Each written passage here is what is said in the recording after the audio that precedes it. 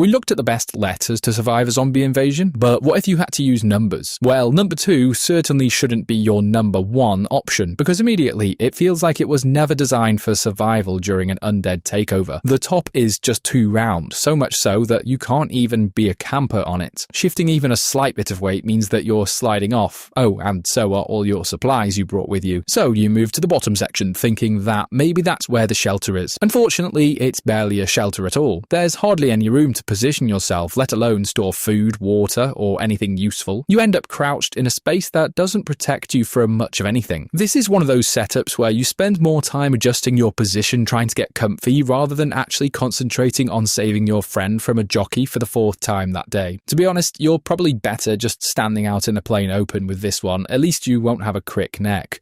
Number 9. 1. Number 1 is basically a wall. One wall. That's your entire defensive strategy. Backing yourself into a corner, you prepare for a long, sleepless night. Zombies don't need to be clever here. They just need to walk forward and immediately they'll find you. That said, it does have one unexpected use. Because it's tall and narrow, it works surprisingly well as a signal tower. You can absolutely treat this whole experience like DayZ, or if you're not from the UK, like 34% of you, DayZ. But yeah, strap something to the top, get a signal going, and you might actually contact other survivors. Who knows, might even bump into your soulmate. How romantic would that be? I mean, they might only be interested in you because you're literally the last 2 people on Earth, but hey, I mean, that's a win, right? So while this one won't provide shelter to keep you alive on its own, it might help you find someone else who can.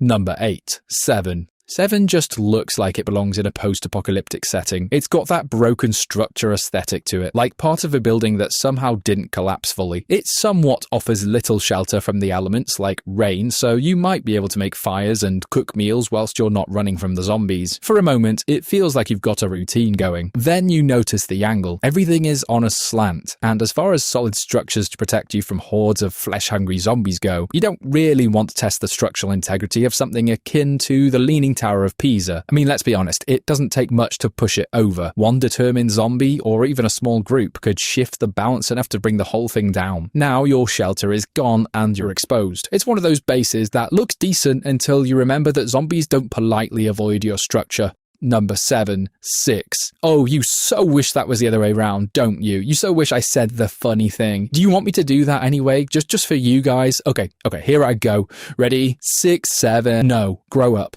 6 is a tactical choice, and it's probably not used in the way you'd expect. You bury most of it underground, leaving just the tip sticking out so you can find it later. Inside, you've got a hidden space that zombies don't immediately notice. They wander past, confused by the small piece above ground, while you're underneath trying to stay quiet. It's actually a clever idea, very Last of Us style, keeping a low profile and avoiding unnecessary attention. I can see Ellie chilling in there now. The issue, though, is oxygen. Don't forget, you're in an enclosed underground space with limited ventilation. After a while, you're going to need to come up for air, and every time you do, you risk being seen. So you end up playing this constant game of hiding and resurfacing, which isn't exactly relaxing.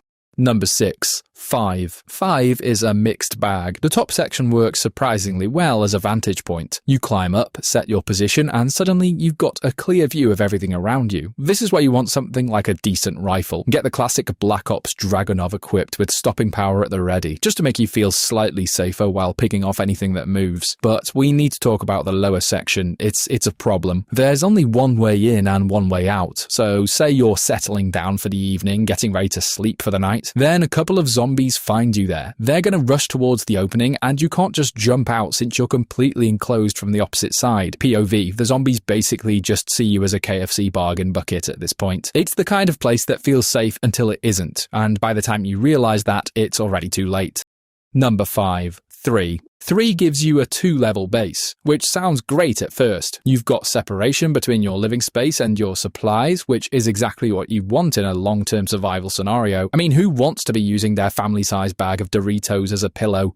Wait, Actually, I do. Okay, no, that was a bad example, but you get my point. The actual issue here is access. See, zombies can warp straight in. There's nothing stopping them. You can stay in the top section where they can't quite reach you, but that creates another problem. Everything you need is downstairs. Food, water, equipment. So now you're stuck watching a zombie slowly wander around your base, clumsily knocking things over, eating your supplies, and generally just making life difficult. But most importantly, eating my cheesy Cheetos. Hey, I can see you. Leave those alone, you empty-headed bozo. But yeah, it's a strange situation where you're technically safe, but slowly losing everything you need to stay alive. It's kind of ironic. Number 4. Zero. Zero is a solid defensive structure. You're enclosed on all sides, which means zombies can't just walk in. Sure, they can surround you, but they can't reach you directly. As long as it's anchored to the ground, you're in a strong position. Think of it as like being inside a reinforced hamster ball, but the problem starts if it isn't secured properly. Say one of the cables tying you down snapped in the night. Now, the zombies don't need to break in. I mean, think about it. If they can move the entire structure, if enough of them can push at once, you're suddenly rolling. So now you're not defending a base. You're inside a moving object with no control over where it goes. If they manage to smash it into something hard enough, say a rock, the structure could break open and you're eaten alive. To them, you look like a freshly smashed open piñata, and your guts are the candy inside.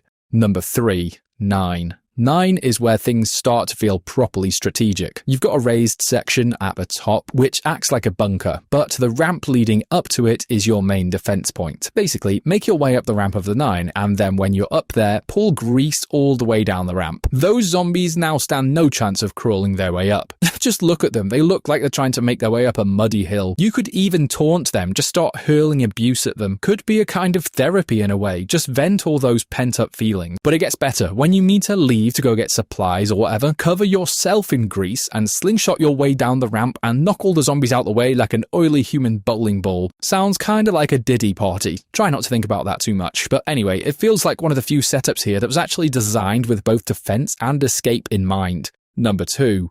8. This gives you a proper bunker setup. 2 enclosed sections, one above the other. And just like the 3, you can split the space however you want. One for living, one for storing all those chicken tendies. Sure, it's tight, but it's secure. Nothing is getting in easily. But unlike the 3, this one is completely enclosed from both sides. It's the kind of place where you can actually settle in for a while. You've got time to think, plan, maybe even relax a bit. And hey, if somehow you still have power, you could technically hook up your gaming setup. Maybe 100% Left 4 Dead, get some practice in for the day that awaits you tomorrow. Its only drawbacks are that it's really cramped. But, I mean, hey, it works, and in a situation like this, that's more important than comfort. Number 1. 4. 4 takes the top spot because it solves the biggest problem straight away. Zombies are mainly on the ground. This one's main structure is elevated, so they just walk underneath without even realizing you're there. You've effectively removed yourself from their path. Inside, you've got a flat surface to live on, which already puts it ahead of most options. You can store supplies, move around, actually function without constantly adjusting your position. There's even a small extension that works like a balcony. From there, you can watch the area around you, spot movement early, and prepare before anything gets close. Out of all of the numbers here, this is the one that actually gives you a chance to last.